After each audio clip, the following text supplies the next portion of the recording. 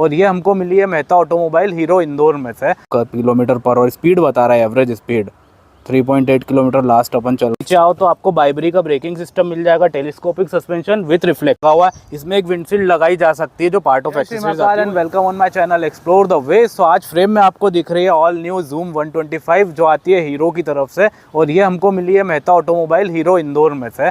तो आज इसके सारे स्पेसिफिकेशन बताऊंगा आपको, इसके फीचर्स बताऊंगा, इसकी डिटेलिंग, किन लोगों को ये गाड़ी लेना चाहिए वो बताऊंगा आपको मैं। तो आप बने रहो व्लॉग में लास्ट तक देखना। स्टार्ट करते हैं अपन इसके फ्रंट प्रोफाइल, साइड प्रोफाइल और सारी जो भी प्रोफाइल है इसकी क्या क्या फीचर है उनसे।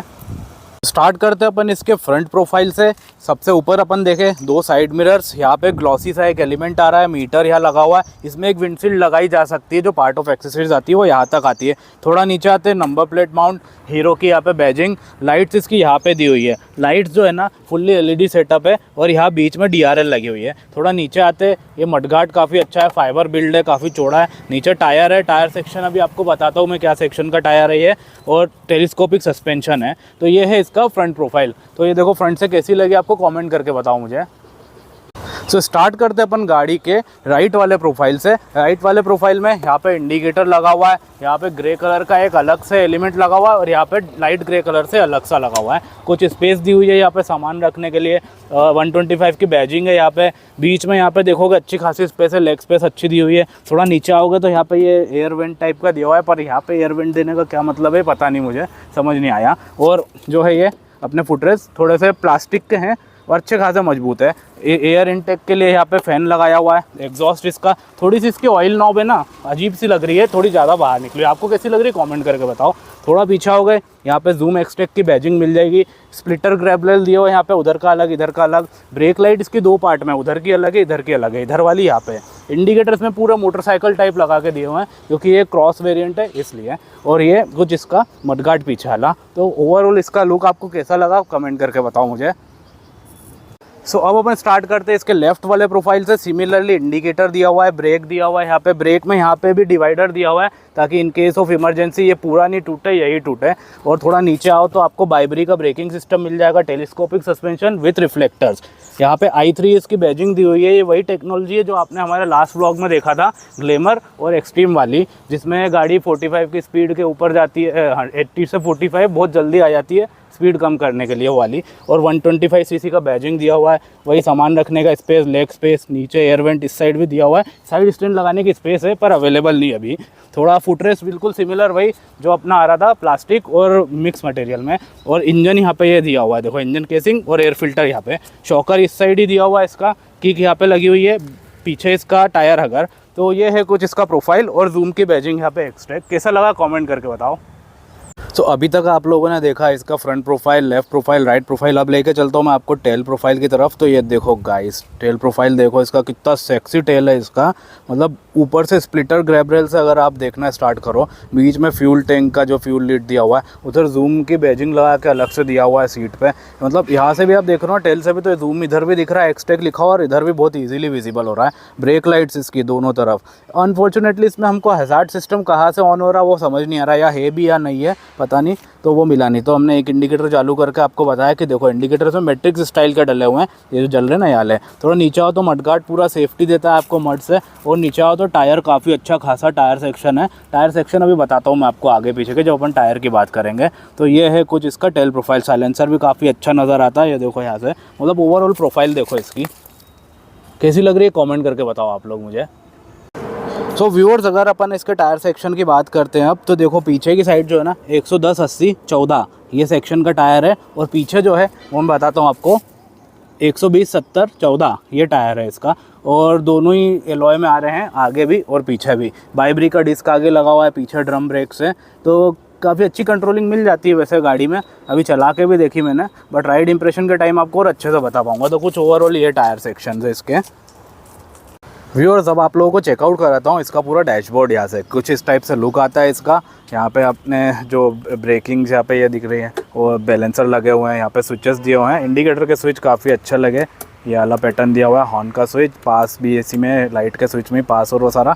इधर i3s की जो बैजिंग के साथ में स्विच है वो, मतलब जो i3s टेक्नोलॉजी है उसको स्टार्ट स्टॉप, यहाँ पे स्टार्ट स्टॉप नहीं है, इग्निशन स्विच है, एक्सीलरेशन और ये इसके बैलेंसर। एक काफ़ी अलग सी चीज़ मेरे को समझ में आई, मतलब नोटिस करी मैंने, इस तरफ ब्लैक कलर का है और उस तरफ क्रोम कलर का है। अब ये बाय मिस्टेक हुआ है या फिर कंपनी ने ऐसा कुछ बनाया है, ये मुझे नहीं पता, ये कंपनी बता पाएगी क्या है। तो अभी आप लोगों को इसको दिखाता हूँ मैं, इसका पूरा इंस्ट्रूमेंट क्लस्टर चालू करके। चाबी चालू करने के बाद कुछ इस तरीके से व्यू आता है। TFT डिस्प्ले है, ब्लैक एंड वाइट ही है, कलर्ड नहीं है, जिसमें आपको दिया हुआ है यहाँ पे फ्यूल लीड दिया हुआ है, टाइमिंग दिया हुआ है, ओडोमीटर दिया हुआ है और यहाँ पे आपका जो स्पीडोमीटर है वो है। इधर डेट डली हुई है, डेट का कॉलम दिया हुआ है और यहाँ से है ना कुछ सेटिंग के लिए बटन दिए हुए हैं, तो इनको दबा के देखते हैं क्या क्या इसमें आ रहा है। रेंज बता रहा है यहाँ पे अभी, दूसरा एवरेज बता रहा है, माइलेज कितना दिया किलोमीटर पर आवर, स्पीड बता रहा है, एवरेज स्पीड 3.8 किलोमीटर लास्ट अपन चल के आए हैं वो बता रहा है। हाँ, ये 2 चीज़ बता रहा है इसमें, बस ये चीज़ें बता रहा है। तो कुछ इस टाइप से इसका इंस्ट्रूमेंट क्लस्टर। तो कमेंट करके बताओ कैसा लगा आपको इसका इंस्ट्रूमेंट क्लस्टर।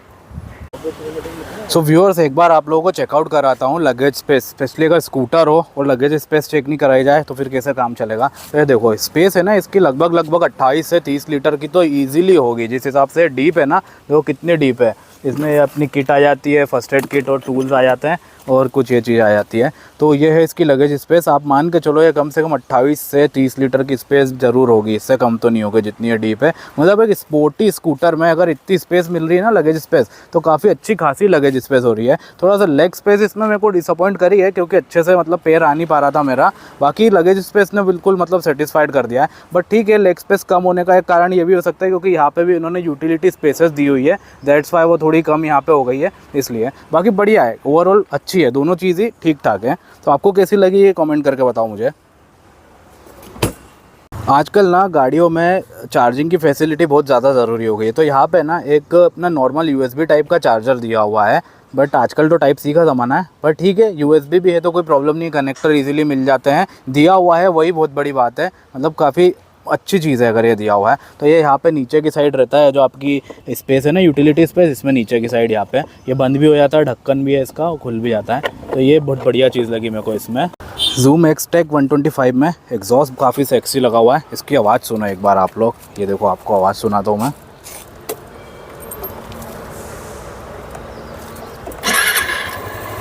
ये देखो कोल्ड स्टार्ट की आवाज़ सुनो आइडियल पे।